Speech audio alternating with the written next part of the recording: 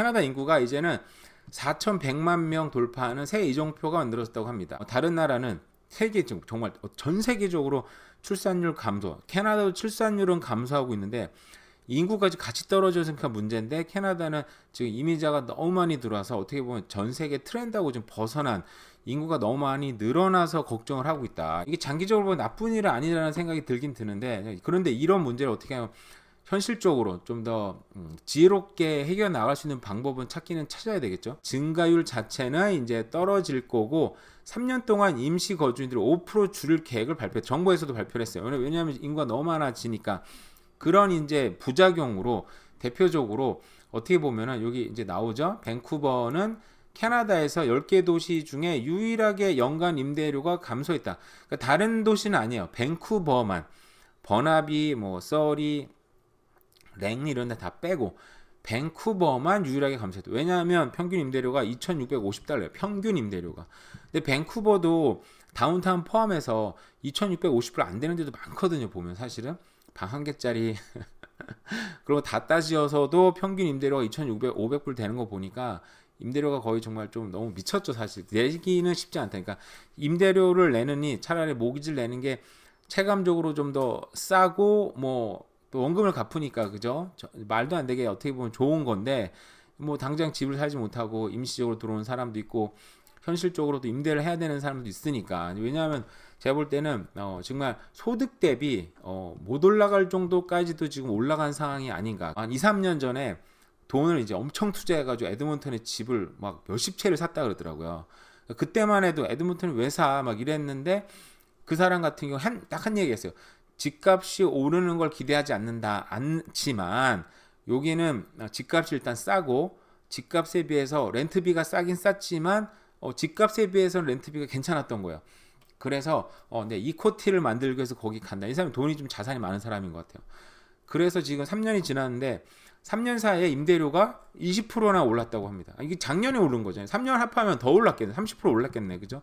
그 사이 에드먼턴, 캘거리 집값도 많이 올랐어요.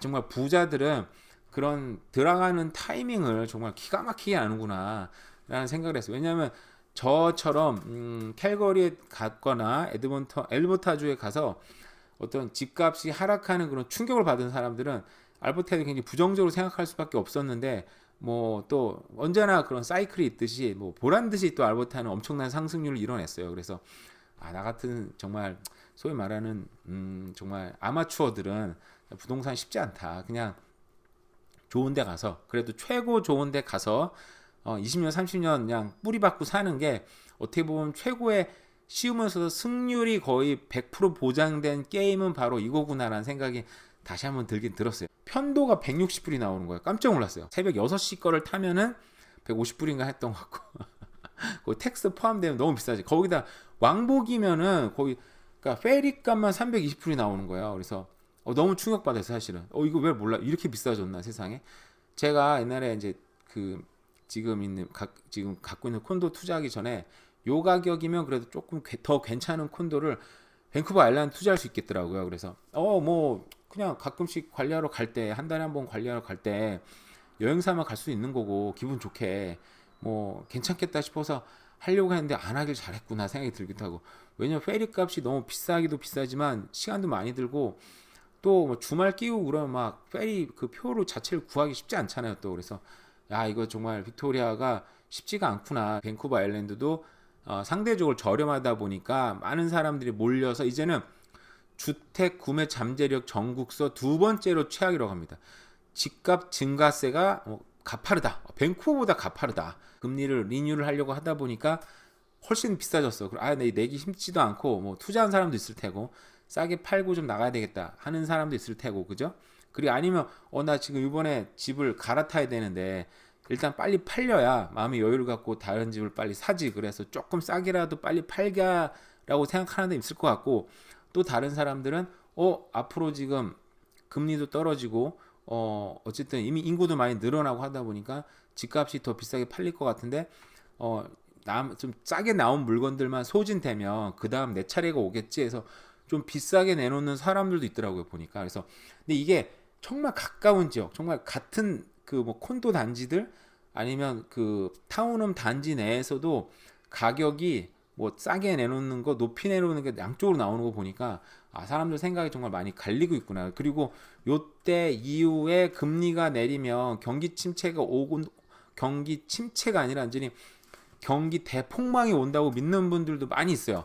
거기에 영향받는 분들도 있지 않을까 개인적으로 생각을 합니다. 뭐 제가 일일이 만나서 인터뷰를 한 거 아니기 때문에 그냥 이제 제가 방구석에서 생각해 볼 때, 그리고 막 여러 기사들을 읽고 생각해 볼 때 그런 사람들이 나오지 않을까라는 생각을 해요. 주택 가격은 142%가 증가했대요. 그러니까 주택 가격이 더블을 치고 또 50% 올랐으니까 얼마나, 그러니까 더블을 친 가격에서도 또 올랐어. 그러니까 얼마나 많이 오른 거예요. 근데 소득은 100%도 못 올랐으니 어떻게 보면은, 그러니까 소위 말해서 그런 자산을 못 가진 사람들한테는 지난 30년이 굉장히 힘든 기간들이었고, 특히나 그 자녀들한테도 분명히 많은 영향을 미쳤다라고 생각이 드는데, 이런 트렌드가 1990년대 중반 이후로 극적으로 벌어졌다는 얘기가 나옵니다. 그러니까 이게 보면은 이게 연구 결과예요. 그러니까 이게 지금 30년도 안 된 얘기예요. 그러니까 지난 30년 동안 굉장히 많은 변화가 있어요. 이거 쉽게 말해서 굉장한 어떻게 보면 이제 그 돈에 대한 가치 하락이, 통화 가치 하락이, 통화에 대한 가치 하락이 굉장히 많이 늘어났다. 결국은 이 자산들, 소위 말하는 이제 우리가 화폐와 커런시는 다르다고 얘기를 하잖아요. 화폐의 가치가 이제 커런시의 가치가 많이 떨어졌고, 소위 말하는 돈, 금, 은, 뭐 그런 대체할 수 있는 자산들, 부동산들은 이 가격이 굉장히 이제 고평가 받고 있다. 쉽게 말하면 이제 돈 가치 하락에 맞게끔 상승했다라고 볼 수도 있는 거죠. 그러니까 이런 어떤 그 절망감들, 내 돈을 모아도 살 수가 없네, 정말 내가 어떻게 할 수가 없네라는 이런 어떤 힘든 것들이 여기서 나타나는 것 같아요. 결국은 이건 이제 작년 기사인데 올해는 더 많이 늘어났다고 합니다. 그냥 쉬고 청년 포기하는 사람, 청년들이 이제 구직을 포기하는 거예요.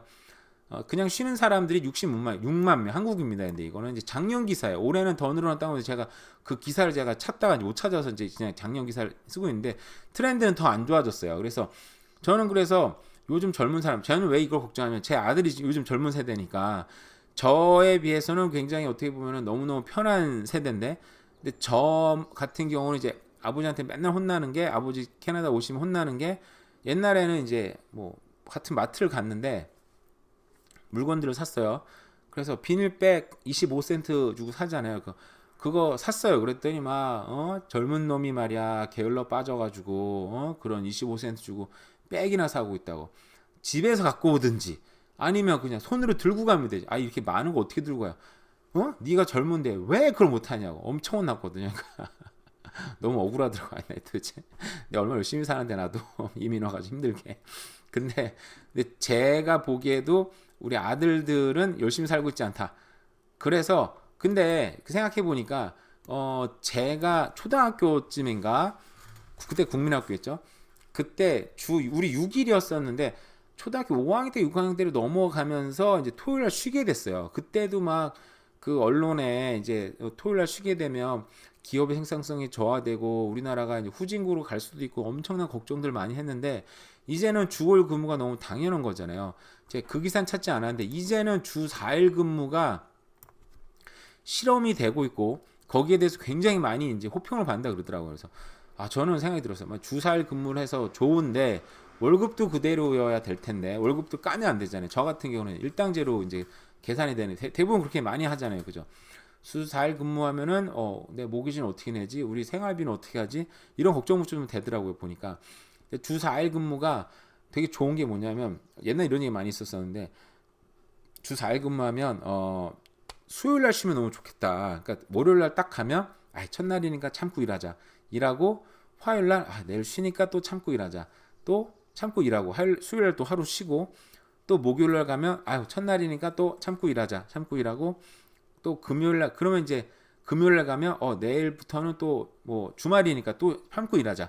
그래서 또 쉴 수 있고, 그래서 정말 이상적으로 할 수 있다라고 했는데, 어떻게 보면 이제 금, 토, 일 쉬는 그런 걸 또 프리퍼런스 하는 사람도 있을 테고, 앞으로는 정말 제가 볼 때는 주 4일 근무제도 결국은 요즘 트렌드에 맞게 들어오겠구나라는 생각이 드는데, 그럼 돈 벌리는 게 줄어드는데 어떻게 보면 이제 돈을 더 많이 줘야 되겠죠. 근데 이런 주 4일 근무제는 캐나다는 이제 인구가 많이 늘어나다 보니까 빨리 만약 들어와도 굉장히 늦게 들어오지 않을까라는 생각이 들긴 드는데요. 그죠?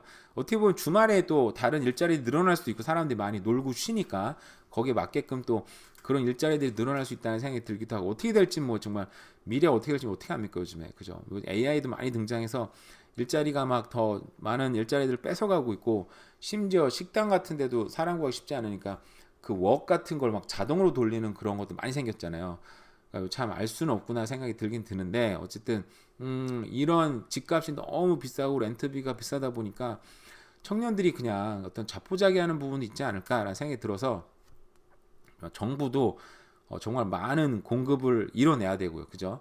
어떻게든 이런 힘든 시기를 좀 지나가면 또 거기 적응해서 또 살아가는 게 우리 인간들 아닙니까, 그죠? 우리 인간의 뭐 무궁무진한 어떤 가능성이 있기 때문에 잘 되지 않을까. 어쨌든 긍정적으로 보면 인생도 또 살아야죠, 그렇게.